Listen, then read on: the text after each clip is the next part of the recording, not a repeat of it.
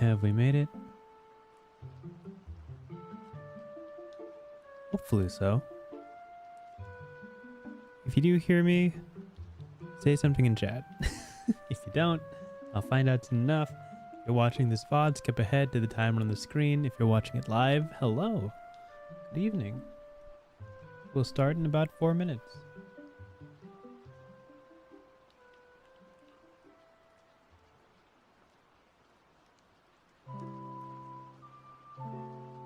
Check one. Hello, triple person. Welcome, welcome. Nice to see you.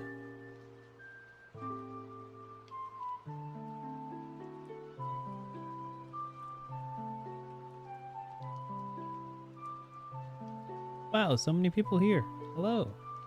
Hi, everyone. Nice to see you all back. Hello, triple person. Hello, Wink Jin. Nice to see you again. Mango Cheesecake. Thank you again for always checking my audio. Hello, Thumper and Judd. Good to have you guys back.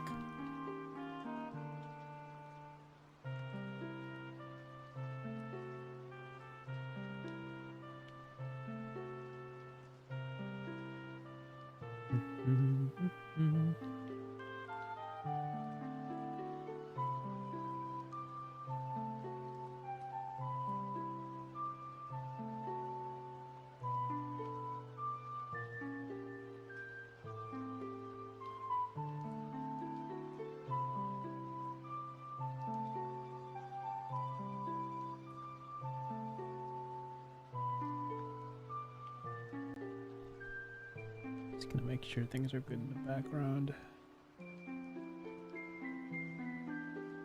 Sometimes I just let it rock. But today I can be responsible because I have a little bit more time. Are we 98? We are 98, Thumper. 98 of 99. Right there. The penultimate stream. Ooh.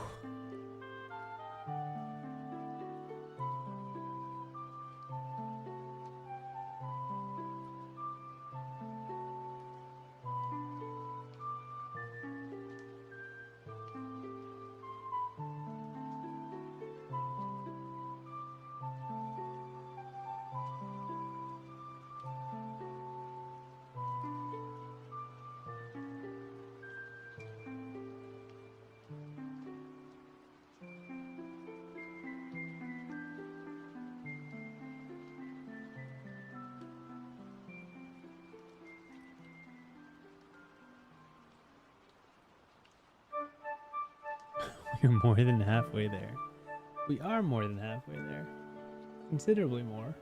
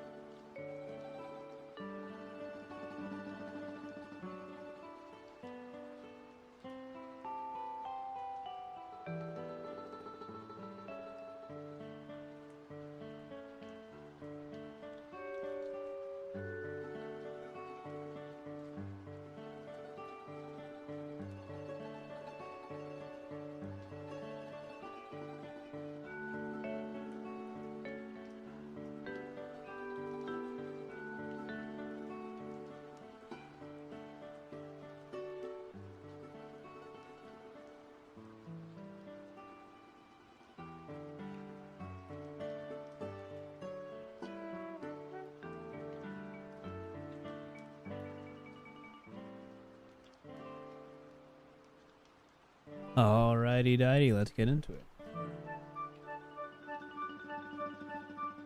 Whoop, wrong one. Let me hide that.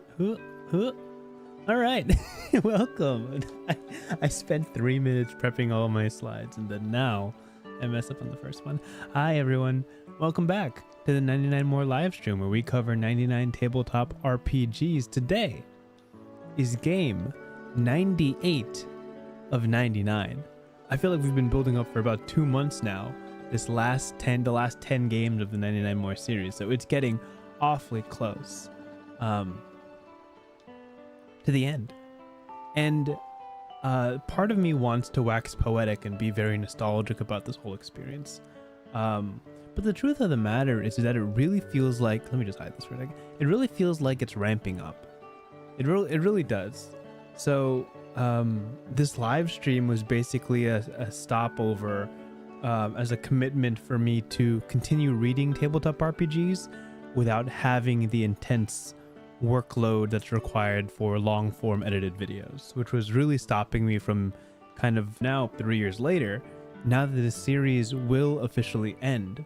I feel like all the ideas that have been building up for the past couple of years will finally come to fruition. And I want you guys to kind of hold me to that, because 2026 is going to be pretty busy for me. Mostly because a lot of my other obligations have slowed down, and I really want to take the year to try out a whole lot of different kind of experimental formats and how I can showcase, portray, and share different tabletop RPGs. This has been one experiment or one long project that I'm really excited to be done with, but also just kind of the first stepping stone in getting there, you know, in getting to making the kind of content and kind of coverage I really want to get to. But that said, the last 3 games of this series were picked very intentionally. Games leading up to it were still a lot of games I really wanted to get to and make sure I covered sometime in the series, but games 97 to 99 are very intentionally chosen. 97 from last week was What Dust Remains by Mamedos, and it was a game about reflecting on one's life and life goals, and we got very existential towards the end of that stream, which was wonderful. Game 98, which we're covering today, which I can just tell you guys now, is Last Train to Bremen. Last Train to Bremen is a game lauded for its story, the game of bluffing that comes across with the players at the table. We're kind of working against each other, but also working in tandem in a collaborative tale, and it does feel like it leads towards an inevitable conclusion, which is kind of on theme or on brand for the last couple streams of this series. And if you guys haven't seen it yet, I posted this on Blue Sky, which is the only social media I really use for this channel in terms of community updates. The last game of the series, of the 99th game, is going to be Stew Pot by Takuma Okada, which is a wonderful game about the retirement from a life of adventure and what it looks like to experience the epilogue of your own story. So again, these last 3 games were chosen very intentionally they were all written by creators and authors that I really admire in terms of the work that they've put out there in portraying tabletop RPGs as an art form. With that said, I haven't really taken the time to read Last Train to Bremen all the way through. I've skimmed it before, and I've heard a whole lot about it. In fact, what we're going to be reading today is the 2024 version, or the original version of the game Last Train to Bremen. But over this past year, it has been fundraising for an update.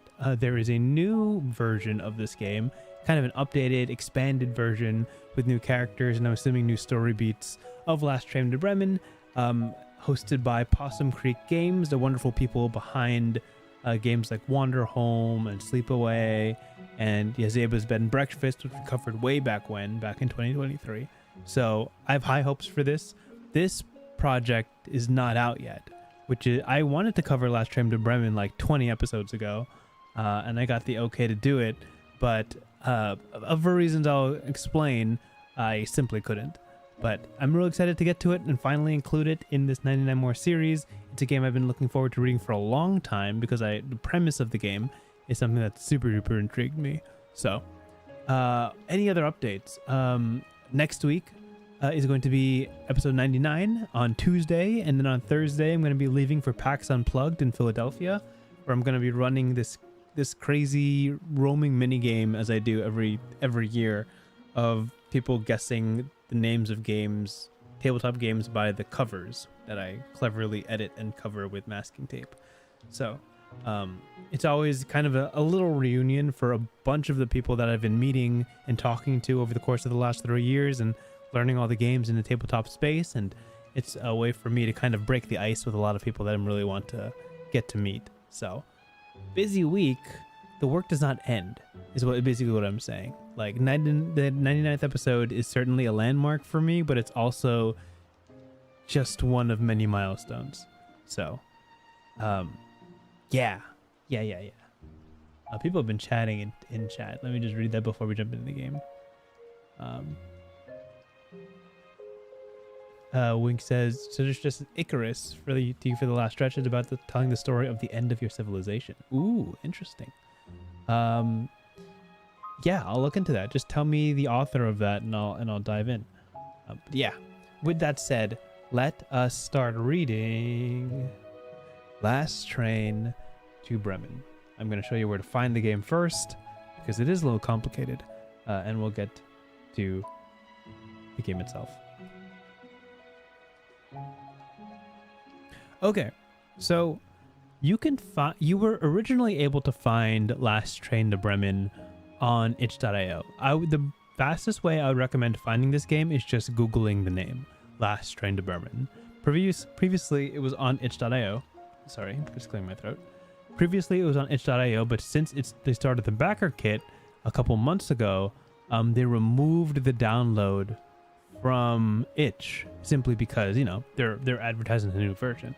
If you want to get the version that we're reading today, you can go to the backer kit, which concluded, by the way, very successful. Crowdfunded almost 5 times their asking price, over 1,000 backers. This game is very celebrated. If you want a copy of this game, you can late pledge to get the new version when it's officially released, and pre-ordering it gets you access to the PDF. So the PDF that we're reading today kind of gives you the access to the old version while we wait for the new one to come. So if you want to buy it here, you absolutely can, and it'll also give you the new version of this game. So, yeah, I'm really excited for that to release when it does. But until then, we'll be reading the 2024 and prior version that we were previously able to access on itch. Did that explain it? Cool. Wink says, Icarus by Hunters Entertainment. Oh, I know Hunters. Hunters made, they're behind like Kids on Brooms, or at least we're the publishers or distributors of that. Yeah, they make a bunch of good stuff. Okay, let's get into the game. And again, I've just skimmed this. I don't know anything about it yet, except that it uses a game that I really like as one of its mechanics or core foundations. Okay. You know the way these stories go. 13 years ago, 4 struggling musicians made a deal with the devil. What were they chasing? Fame, riches, adoration. Your classic devil fare. What happened next? Well, you know the way these stories go. The fools got it in their head to try and outrun their end of the bargain. See, the devil is coming to collect his due, and he doesn't take kindly to those who can't cough up. Which brings this story to the 4 of us here, now, huddled in the back of a freight car on a train hurtling to the one place the devil will never catch us. One final, desperate shot at immortality. And if we're lucky, by the end of the night, one of us will still be left alive to tell the tale. Last Train to Bremen. A tragedy for a doomed quartet. Very cool. This game is by Caro Asertion. I should have looked up how to pronounce her name before I read this. But yeah, they're the people behind it. That's cool. So far, the premise is that you guys made a deal with the devil for an awesome band deal, as I'm understanding this correctly. But now that it's come to pay due, you're running from the devil, and this game is set up that only one of you will escape. Spooky, crazy, good premise. And I've said this so many times before. I love tabletop RPGs that choose a very specific direction and then execute really well, right? I can appreciate those wide expanse type games where you could be like, you could run whatever you want in this setting / system. And that's cool, right? We like flexibility, but we also like the intense focus of a singular plot point and the experience that comes from a very intentional story. Anyway, here's the situation. Last Train to Bremen is a storytelling game about doomed musicians fleeing from a cursed contract. To tell this sorry tale, you will need 4 willing participants, 13 6-sided dice, and a way for players to conceal them from each other, 1 copy of each musician's play sheet for a total, and roughly 3 hours of your time. A few quick pointers. Think of this text like the first 30 pages of an one-act play. The rules provide a starting place, but it is your responsibility to flesh out the characters, to finish the script, and to guide the story to its grim conclusion. Over the course of the game, players will don the roles of playwright, director, performer, and audience alike. Your agenda is to think on your feet, to support and challenge your fellow players, and to tell an exciting story together. This is a game of unresolved tension, hidden secrets, and bombastic revelations.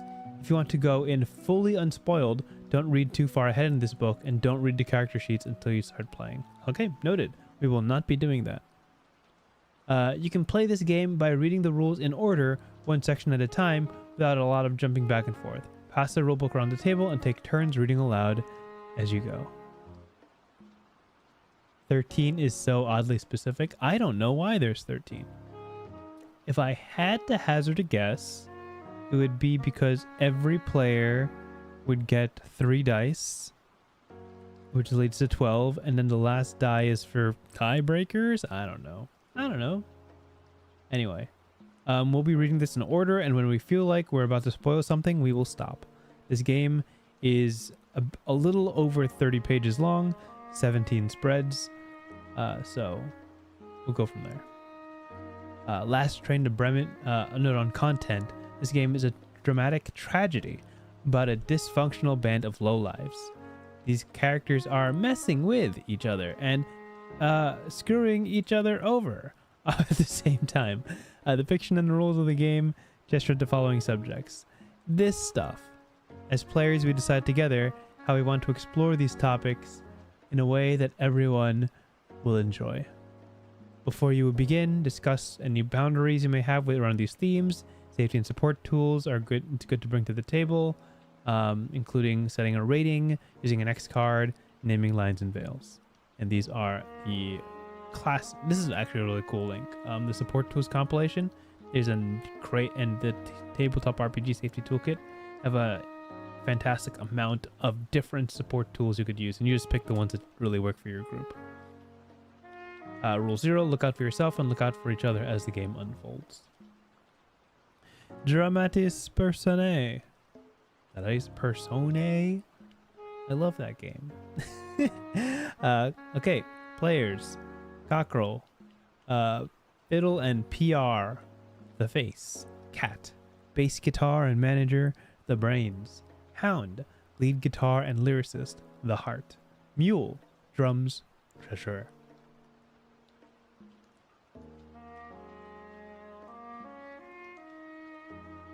Okay. The contract. The inciting incident, that's easy. It all comes back to that night in the basement. The band was together already by then, playing gigs here and there, but that dingy basement cemented us. It bound us together for real, by blood and by ritual. None of that parlor trick stuff. Real candles, real book, real circle of chalk, and the real devil showing up with a bargain too good to refuse. With the gift of hindsight, it's easy to say that signing the contract was a dumb choice, but some of us might tell you, when all the roads ahead are bad, at least pick one that makes for a compelling story. It's hard to believe the Black Barn lasted as long as it did. 15, maybe 20 years of Helen's brother working the bar with the same torn posters littering the walls, some cheap beer on tap, same greasy couch with bad springs in the green room backstage. To others, the Black Barn is little more than a dive bar, but it's the place that the 4 of us first met for drinks. The venue of our first paying gig. The place we circled back to again and again, for all that stardom changed us. The Black Barn always remained the same. A home of sorts. Makes no difference now. It's all gone up in smoke. This is the preface of the story. This is why they're leaving. The train. The boxcar that the four of us sit in now is a callous, uncharitable thing. It is packed with pallets of freight, paper goods, metal ingots, sacks of grain, lumber. One mule bribed the man at the train yard to let us. We did not have the luxury of being choosy. We have pushed one pallet against the wall to carve out what little elbow room we can. Cat had the foresight to snag a lantern and a book of matches. Our instrument cases are stacked on top of each other as a makeshift table. There is almost enough room for all of us to sit uncomfortably. The trains swaying and rolling have settled in now. They are a low, constant rumble. Cockerel paces, as much as one can pace in here. Occasionally, through the slats on the side of the car, Hound can see distant lights in the darkness. There's little to do here besides sit and wait and bicker about all the choices we took that led us down this sorry path. Okay, and that's the prelude. Unsuccessful musicians made a deal with the devil to give them fame and fortune, but now the place they called home is burned to the ground, and they're taking a train to escape from the deal that they cut. At least that's how I'm understanding the story.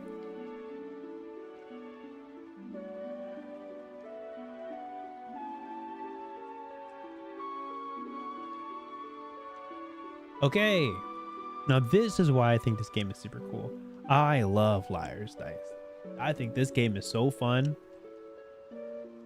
and so easy to teach.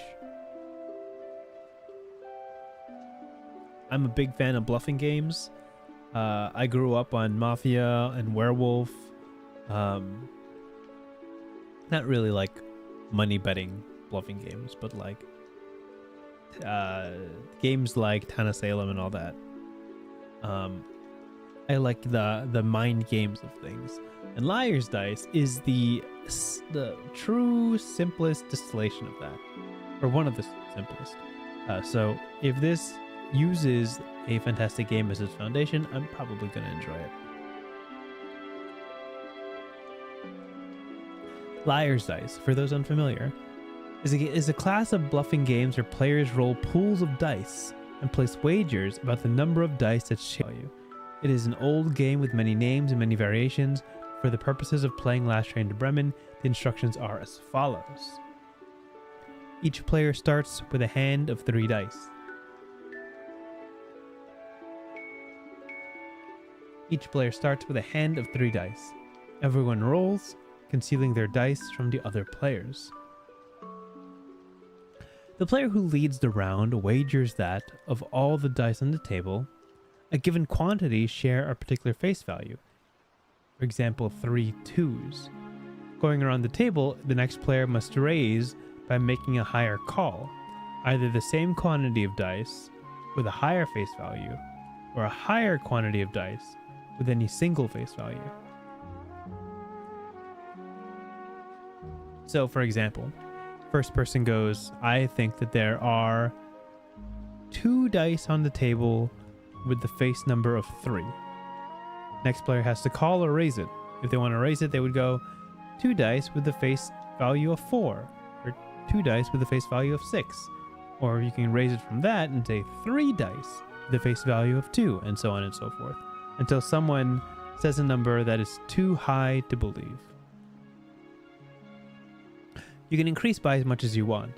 If a player says 3 4s, you can raise 3 5s, or 3 6s, or 4 of any value, or 5 of a kind, or even more, but you can't go backwards.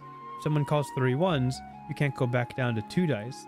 If a player calls 4 6s, the next call must be at least 5 dice. So with 13 dice on the table, well, 12 dice on the table, you can go as high as like 12 6s.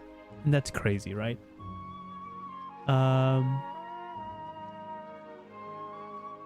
Social deduction games. What's up, Axiom? I see you on Blue Sky all the time. So, nice to see you here. Glad you could make it. Judd, social deduction games. Kind of. It's not really social. I wouldn't call Mafia social deduction, right? Because they're either lying or they're not, right? But yeah, kind of. Kind of.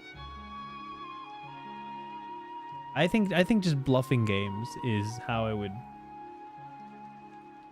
call it.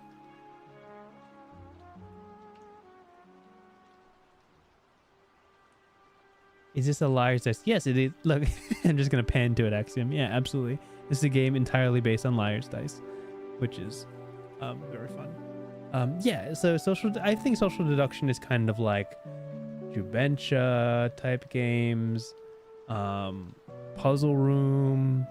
I don't know. There's more of a. I feel like there's more of a roleplay quality to deduction, but maybe this is a social deduction game. I'm just saying that liar's dice, I don't believe is a social deduction game. It's kind of more of a bluffing game.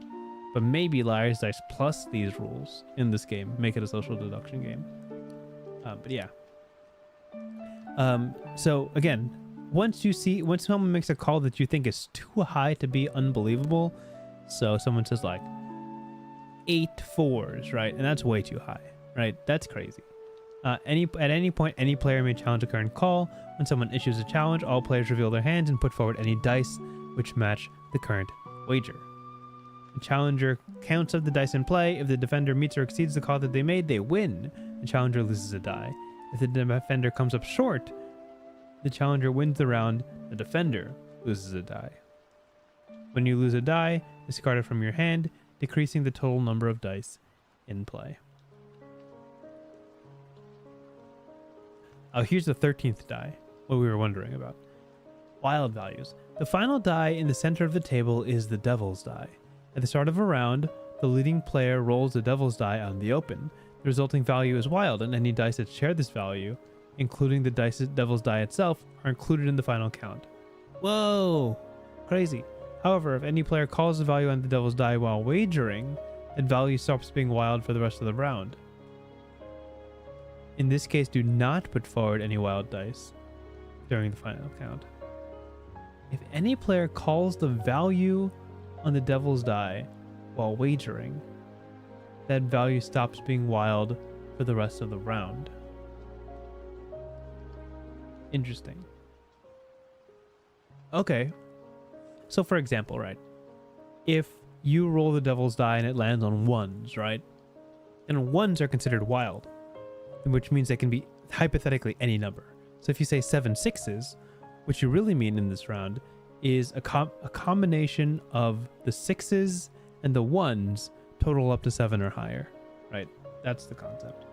So numbers can get ridiculously high if you consider 1s, or if you consider the devil's die value in your total.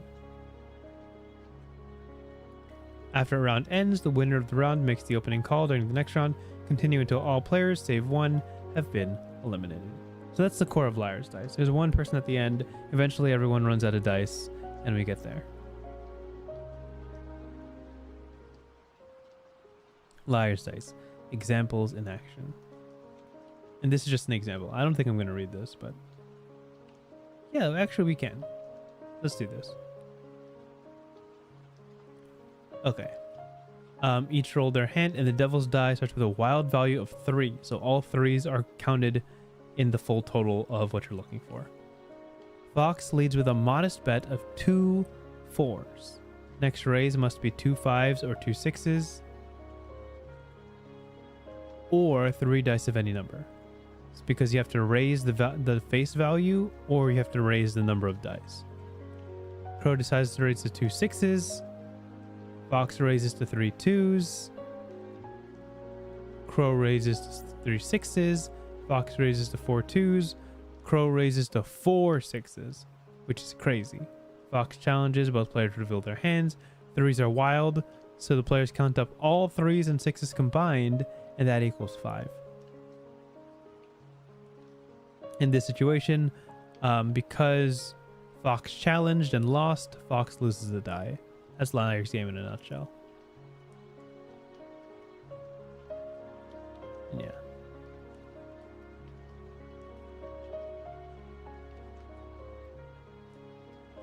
Yeah, and this is a situation where if you call if you call the devil's die, then all future all future calls for the round will not consider the wild die in the final total.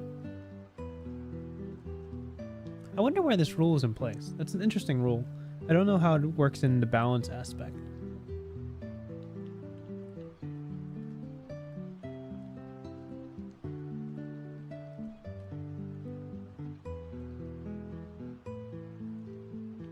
Okay, so here is how we build story into the game of Liar's Dice. Now I'm just gonna take a sip. Give me a second.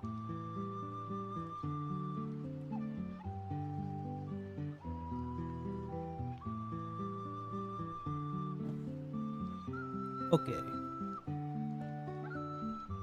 Act 1, the band. In character order, the four... Why did I say that weird? In character order, the four doomed heroes of this fated endeavor. The cockerel is the one who met the devil eye to eye. Cat, the one who saw the writing on the wall. Hound, the one who put the target on our back. And Mule, the one who booked our passage out of town. This is a moment to figure out who's playing who. If any player has strong preferences, make those known now. Divvy up the 4 roles and hand out their play sheets. Everyone gets 1 to keep your sheet to yourself. And 3 dice to each player, and place the devil's die in the center of the table where everyone can see. In character order, take turns reading the narration text on your play sheet, and take turns asking the questions on your sheet to your fellow players. Ask these questions in rounds in character order, following the structure listed. Every player should ask the first question on their sheet before anybody asks their second. Ask a follow-up question or 2 if you want, but keep it brief. When you ask and answer questions, don't worry about trying to be clever or interesting. An answer that seems obvious to you might take your fellow players by surprise. And come up with answers that are easy to remember.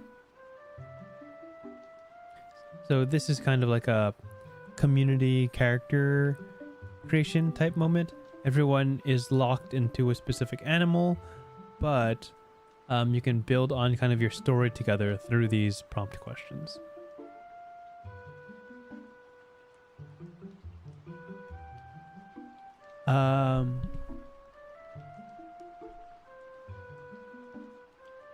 Oh, okay, Judd. Now I'm understanding you. No problem. Laconic Lane. You had 2 comments. I haven't read the Adventures in Faerun book, but hey, man, I don't judge. People like Faerun. More subclasses are cool. That's basically all I have. That's my only opinion on it because I haven't read it. I don't really play D&D 2024 or 5e at the moment. I play very, very little. I've been dialing down how much I play, and I haven't read the new stuff yet. I'm sure it's probably good. But yeah, I've played a lot of Faerun, so it's not my favorite setting, only because it is kind of bog standard medieval fantasy. So it's not super duper exciting to me. But I guess I am curious what the new subclasses look like, because they seem pretty they seem like they break the mold from the original Sword Coast Adventurer's Guide, I think, from 5e. But yeah. And you also wrote, if you like Liar's Dice, I would suggest Skull. I have Skull.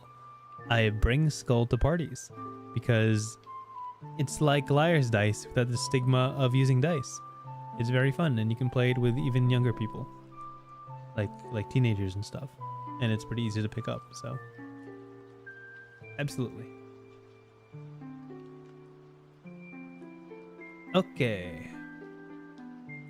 Describe what your musician looks like, what they're carrying. Ask your group what kind of music do you guys play. Come up with something together. And then secrets. Oh, what is this? Every member of the band harbors a secret, a hidden truth about themselves or their relationship to the world. Once you've answered all your questions, look at the secrets on your play sheet. Pick one to be a true statement and feel free to disregard the others. Oh, interesting. I'll come back to that in a second. Each secret comes with a corresponding special mechanic that can be used later in the game. You'll reveal your secret and your special ability after you lose your first 2 dice. You can hint at them as you play, but don't reveal them until instructed. Okay, so this answers a question that I had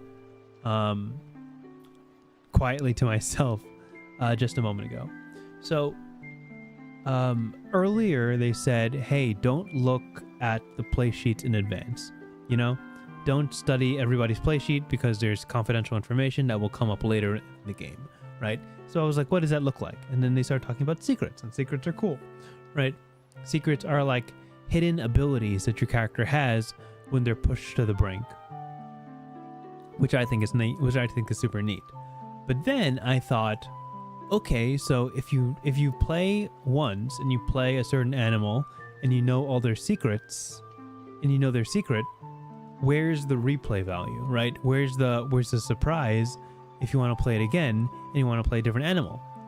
But they managed to keep replay value alive by having multiple secrets, and only one of them is true. So you don't really know what secret they chose. You don't really know what ability they have until they reveal it. Contrary to what I was afraid of, that every sheet has one secret, and once you know the secret, you can never play this game surprised again, which is what I was worried about. But this is an elegant solution to exactly that problem. I'm always very curious how games that are kind of seem like a very specific story find the replay value, and this is exactly the mechanic I was looking for. So really cool. Okay, so once you've picked all your roles, once you've all picked your roles, answered your questions, and chosen your secrets, you should have a pretty good sense of who these characters are and how they relate to one another.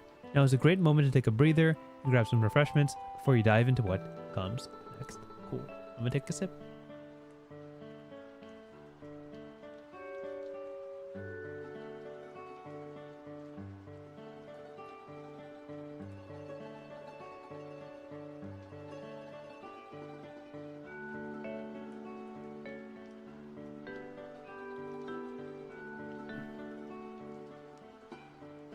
Okay.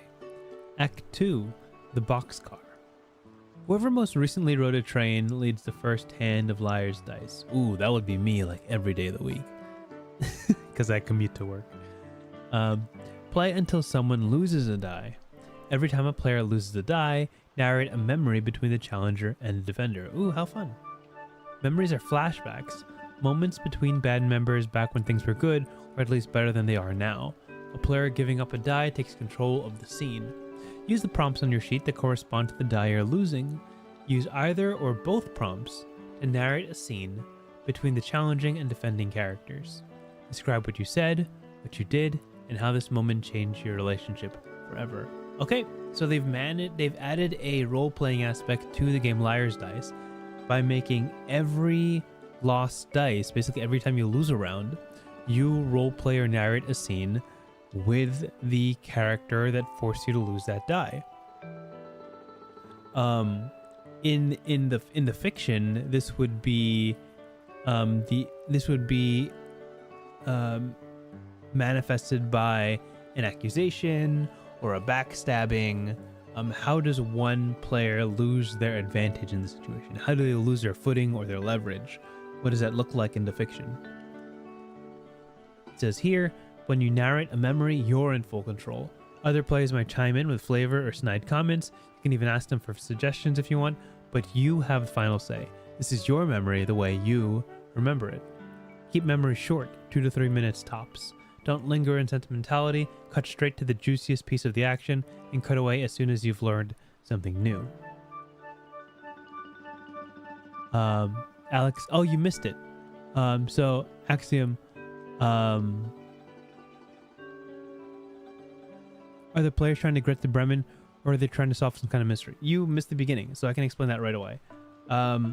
So, Last Train to Bremen is a game about a band that made a deal with the devil to become rich and famous.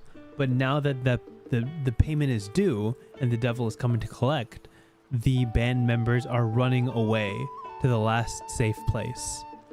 As I'm assuming the devil chases them. But as the game plays out, only one person in this group is going to make it all the way to the end and be safe. The other 3 will perish through missteps or backstabbings or things like that. How they manifest only one person surviving at the very end of the night is through a game of Liar's Dice. And Liar's Dice is a game about having 3 dice, and through bluffing, you slowly but surely lose some of your dice when you make missed calls or bad challenges, and eventually there is one winner who escapes all the way to the end. Yeah. So for me, once you understand Liar's Dice, once you play this like once, you get it. The story makes sense, right? There will always be one person who is directly responsible for you losing one of your dice, right? Which means that there is a very easy charged interaction between the person who lost the dice and the person who won the challenge, so to speak. So the way this hashes out, there is at least 9 roleplay opportunities in this game, because to win you have to eliminate at least 9 dice, which is the 3 dice of your enemies. And that also means that you'll almost certainly have some like every player will have, even if they lose, at least 3 roleplay scenarios with another player, and if you win, almost certainly 3 or 4 roleplay scenarios with everyone you eliminated, right? And I agree. I agree, Alex. I totally see that. Like, I like that when you lose, you have the narrative baton, so to speak. You get to decide what that memory looks like, and that shapes memories further down. So here's an example.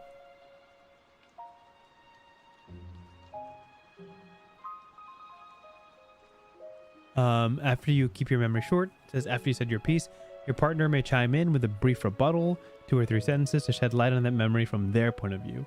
Once they finish, they lead the next round. Every time you win a die off another player, take it and set it off to the side. You'll need these spoils later. Ooh, I have no idea what this is leading to. This is not something that happens in Liar's Dice, because there's no point in collecting the lost dice. But I imagine if you knock out a lot of people, you'll collect a lot of these. Maybe that means something at the end. So an example is when Fox loses their first die, the prompt is a hasty promise, unearned confidence. Fox describes a disappointing gig, a moment backstage where they're assured Crow that their next crowd would have a good turnout. So every time you lose a die, you do also get a prompt that can lead the direction of that scenario. Crow responds with a quick jab. You claim you were reassuring me, but be honest. You're only ever trying to convince yourself. Tips: always establish where where this memory takes place. Add sensory details of who, what, where, when, why. Memories are intimate, nonlinear, and deeply subjective. Use montage and jump back and forth in time. Embrace being an unreliable narrator. You may appear in other players' memories, but you're only guaranteed your own. Make them count. Revealing secrets. Eventually, someone will wind down to their final die. When this happens to you, play out your memory and rebuttal as usual. Then confess your secret and reveal your ability to the rest of the table. Once you've revealed your ability, you may choose to use it at any time as long as you're still in the running. Some special abilities can only be used once per game, while others have an ongoing effect. Each ability is marked to indicate its use. After revealing your secret and ability, continue to the next round. This is also not part of Liar's Dice traditionally. You don't get a superpower or secret ability when you're down to your last die. Normally you just kind of struggle and probably lose if you're down to your last one. So this is cool. This adds an opportunity for people who were vigorously unlucky at the beginning of the story to not be immediately out and then sitting on the sidelines eating snacks for 2 hours, right? This is kind of a failsafe to make sure people last for most of the game. And then running out of dice. After you give up your final die and narrate your final memory, return to the present moment. Describe what it looks like when the devil claims you. Losing all your dice doesn't mean you're gone forever. You may still linger in other players' memories. You can heckle and jeer, slinging petty barbs and taunt at those who still have skin in the game. But you're out of the running. You have no say in what comes next. So this is an interesting tabletop RPG because there's a winner, right? Typically, these games are very cooperative. They have a teamwork ideal or effort in them. In this game, one person wins, right? this is a proper competition. Yeah, and you can be good at this if you're good at bluffing and things like that. Act 3, the final confrontations. You know the way these stories go. They whittle and wheedle and wear each other down until eventually only one musician remains. One last vestige of the band's original greatness. Scarred and battered, haunted by their sins but alive and intact. That glimmer of hope grows ever brighter as the train approaches its destination. Oh, if only it were ever that easy. In the final confrontation, the devil appears in the scene in spectacular fashion to confront the last player standing, the survivor, head on. The other players are now thrust into the role of the devil's three heads, lingering grudges, manifestations of spite, resentful specters of the foolish bandmates who have already been claimed, warped, and twisted, take aim in the devil's revenge. Remember earlier when we told you to keep track of the dice you won in previous rounds? Here's where they come in. Survivor. Take all the dice you won when you knocked them from other players' hands. Divide your spoils between the other players as evenly as you can, and if it's an uneven number, skew toward the players you actually won those dice from, to make sure everybody gets at least one. Everyone else can clear out their spoils, you won't need those anymore. Remove the devil's die from the table and cross out your special ability. You cannot rely on trickery to save you now, you must face the devil alone. There's a boss battle at the end, and that's really cool. And the boss is controlled by the other three players, who manifest all the bad things and make you doubtful about yourself. Here's this stuff. Cool. You're still playing Liar's Dice, but the rules of the game have changed. As before, each player rolls a dice in front of them. It's 3 against 1 now. Each devil's head rolls separately, but all three are teaming up against the survivor. Rather than going around the table in a circle, alternate back and forth between the survivor and each devil's head. Start with the devil directly to the left, then survivor, then second devil, then survivor, then third devil, then survivor, and so on. Devil cannot issue a challenge against one of the other heads, only against the survivor. If a devil's head loses all their dice, the player cannot raise or call. The player cannot raise or call. Oh, okay, so they're just out. I see. Devils, each time you give up a die, reveal to the survivor one grievance against them you've always withheld. Make it mean. Oh, that's fun. So you can make you can be spiteful as dead characters in this devil's head situation.